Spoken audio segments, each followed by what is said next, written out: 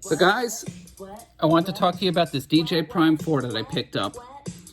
I mainly bought this controller so my kids can have something to play with DJing. My daughter's getting into DJing. I didn't want to have to carry around a laptop.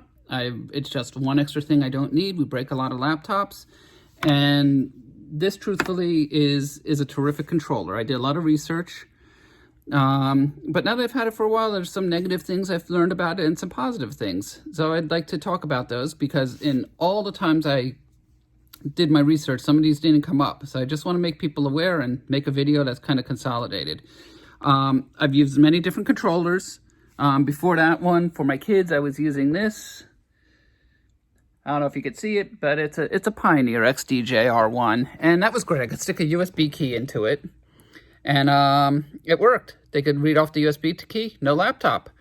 One other thing, that worked great for years, but it was time to go to more professional setup, you know, and I didn't want to give them my Serato laptop and all this other stuff. So this looked like a good compromise where my kids could use it, I could use it. It's one controller, and we're good to go.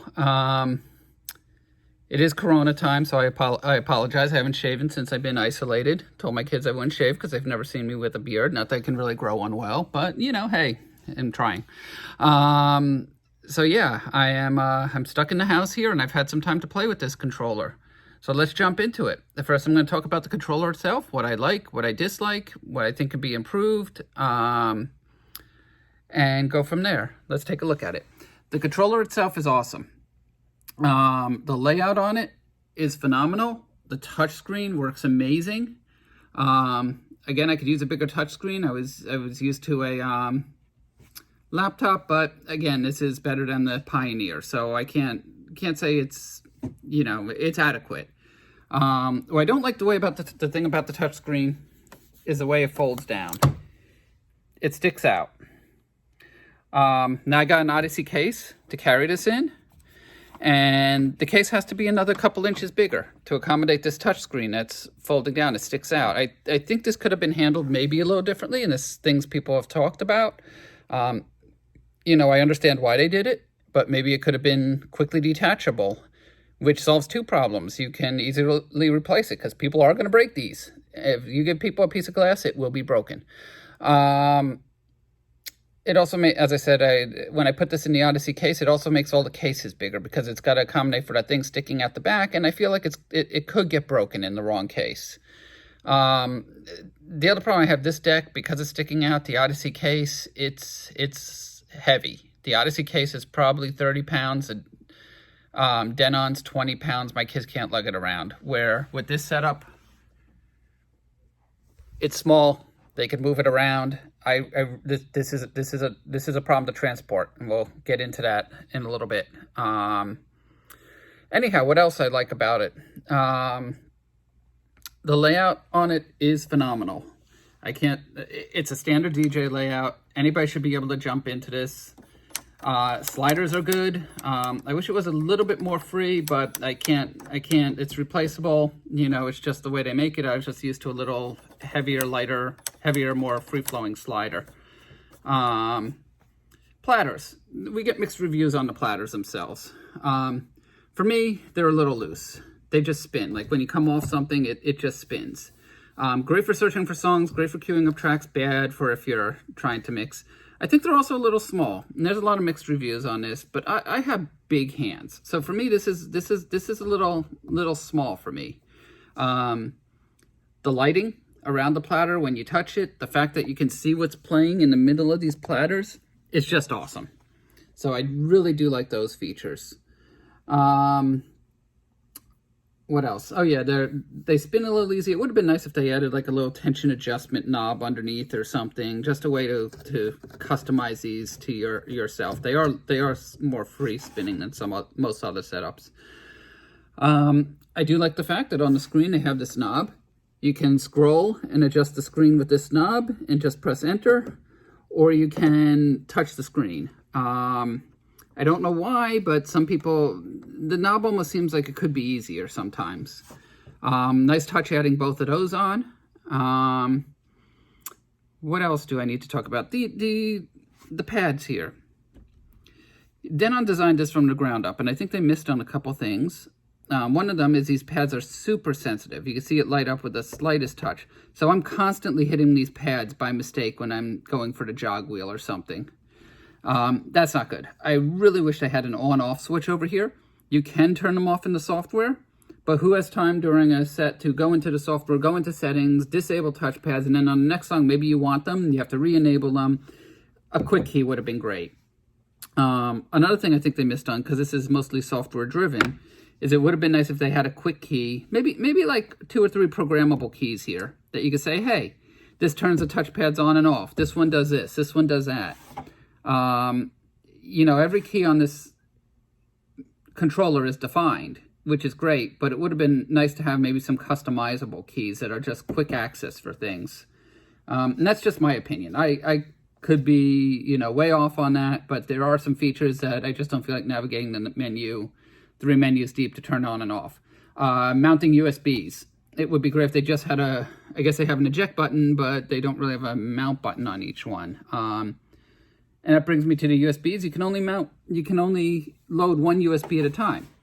I don't know any computer or any USB hub that can't read all of them at a time. That's just, don't get me started on that feature. It's silly that you can only stick 1 in at a time. And it can only read 1. I just don't get that. But that it is what it is. Hey, you can put USBs in, you can load multiple. That's great. A nice workaround would have been to have the USBs and be able to load them to the internal drive on the Prime 4. You pop in the USB, you load it, it's on your internal drive, and now you can do whatever you want. That's been another complaint. You can't do that. You can't move any music to the internal drive unless it's out of your computer, which is just a pain. And I don't know if they hit copyright issues doing that. I don't know why they do it, but it's, you know, it's a problem. I would love to be able for customers to hand me 10 USBs and I just load them up on my drive, put their name on it, and I could see their music and get to it. Or, you know, a buddy of mine has a song, you know, I can just load it onto my deck and mix it with some of my stuff. But no, it's got to live on the USB. And I don't know why they would get caught on copyright, and that's sort of been the excuse. But, you know, you could do this on a computer, guys. You can do this you can buy external devices to do it. But currently, other than software, there's no way to get music onto this Prime 4 in the internal drive, except take this thing and plug it into your computer, which is a problem. Again, because I have this thing, I'm down in a basement, my computer's upstairs. I bought this because I didn't want to use a computer. And I'm stuck, if I wanted to use a drive internally, lugging this thing upstairs, which is stupid. It has a Wi-Fi card. You're telling me I can't sync this thing over the network with my computer, you know, in your software? I don't know, maybe in the future, but to tell my kid he made an adjustment to his playlists and made an adjustment upstairs and he's got to lug this 30-pound thing upstairs without banging any walls, plug it into, it's not going to happen. So that's really been a bummer for me. You know, I bought this, I was hoping it was more updatable. As I said, I'm away from the laptop at this point, so that my music's not on a laptop. It's too large for my solid-state drives. So the workaround I found is you can connect a external solid-state drive to it, bring it upstairs, sync the external solid-state drive, and bring it down here. That does work via USB. Not my favorite solution, because again, it's an external drive. External drives get lost, they get banged up. I have to remember it when I bring it somewhere. Eventually a connector is going to break. If it has an internal drive, let's make it usable, Denon. It would have been nice maybe if they just made a slot, you put the drive in, and then you pull the drive out. So at least it's in the table, not so you have to flip the thing over, unscrew it, mount the drive up permanently, screw it back in. You know, they could have made it quicker. So I think they missed on that a lot. Maybe in the future they'll get better at networking and we could see it syncing over. What else do I have to say on this? Mic inputs. It's awesome that they give you mic inputs on here. You have 2 mics. You got some echo level on the mics, which is nice. You got a low and high. It's got talk over, which is great. But to tell you the truth, mics are useless some of the time for me. The reason? 75% of stuff I do is indoors. I get feedback. Denon, you have no parametric EQ in here on the mics, and you have no feedback destroyer. So I can't count on these mics working, which is stupid. Why build a deck of this caliber and have the mics not work in a lot of my situations? Your competitor has a feedback destroyer in the mic inputs. It would have been really nice to have, you know, a feedback destroyer or parametric IQ. Heck, you got a touch screen here. How hard would that have been? You know, another chip maybe.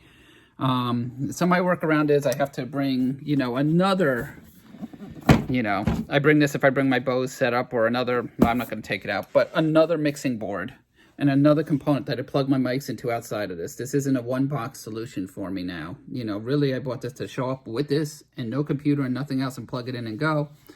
But it's not a reality because the mics. Now I'm showing up, I'm plugging in my drive and plugging in mics and plugging in another thing for a feedback destroyer or parametric EQ, you know, so this hasn't worked out as well as I'd hoped it would. What else do I have to say on this? The one thing that did get me last night, and I was kind of mad, and Denon had a very poor response to this, I posted it on their boards, is I took all my music and I took it off my local C drive because I got away from the laptop and I bought a nice Synology NAS drive, which is backed up, you know, 30 terabytes of space, and all my computers are solid state at this point. So I don't have a lot of room on my computers. I've went to this NAS solution, which is a much better solution because I can get to my music anywhere. I can do anything I want. And, you know, I took all my music, I deleted. First, I wanted to move what was on my C drive over to the NAS, and Denon doesn't give you a way to do this in their software. There's no way to set up a, how should I phrase it, to say, hey, my music lives here, move it here now. Some people said you move the library or you do this. That didn't work for me. You know, again, I don't know why. I couldn't figure it out.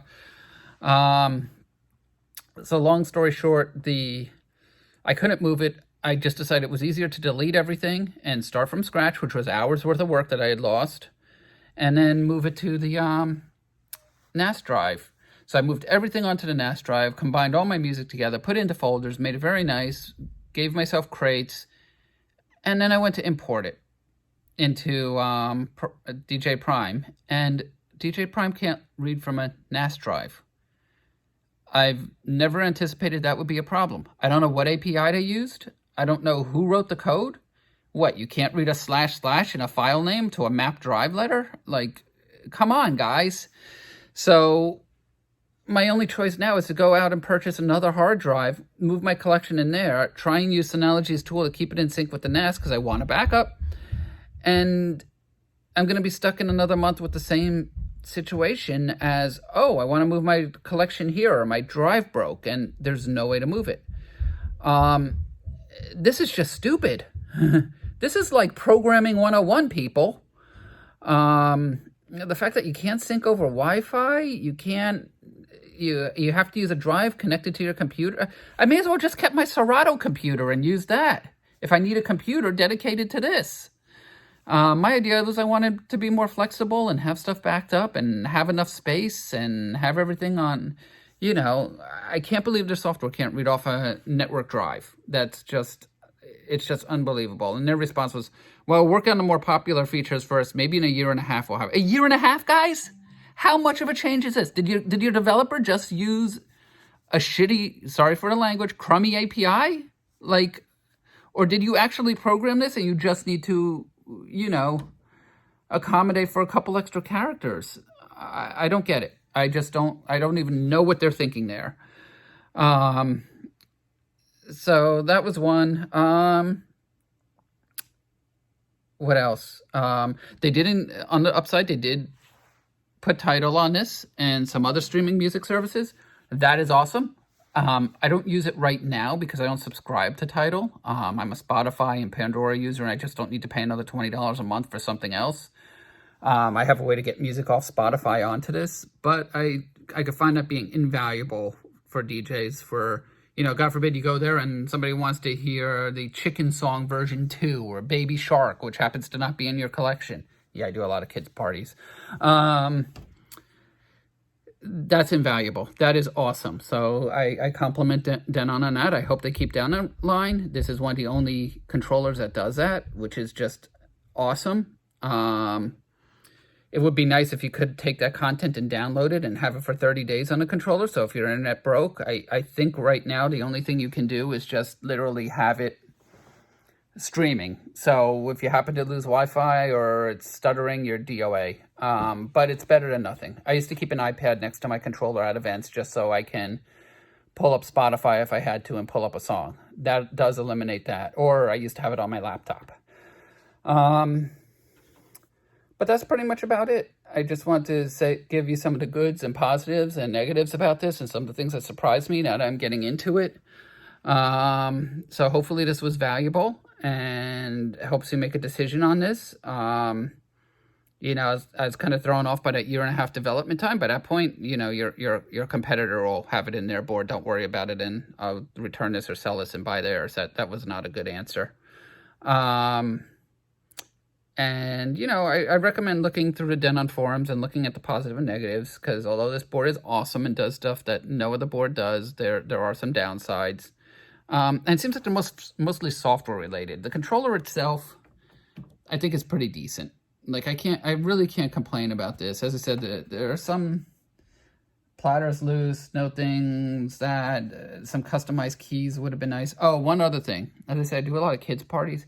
It would be really nice, since you're organizing my music for me and you're cataloging it, and this is on the boards and stuff, to have a way to mark a song explicit. Because a lot of times you have 2 songs. Like I have, well, you probably can't see it. I got many versions of Thrift Shop. Some are not so kid-friendly. And my kid DJs, and she doesn't really know which ones are appropriate and which ones aren't. It would be great to have a way to hide them. We tried using the star thing to maybe start them with a certain amount of stars and this and that, but we just need them hidden. We need them out of the music collection. Which brings me back to Prime. It would be great if you could have 2 different music collections in the same software, and then I just load up the drive, one for my daughter, one for me, but it's still reading off the same source files. But more importantly, if you just had a way to indicate a explicit file, we would not play it. My daughter's smart enough not to do that, hopefully, or just even hide them or something. But that's kind of, nobody does that, but that would be a killer feature. But that's it for now. So hopefully this was somewhat helpful to somebody. I do like this controller, but there's a heck of a lot of workarounds I have to do to make it work well and for my purposes. But that's it. Thanks a lot for listening. Bye-bye.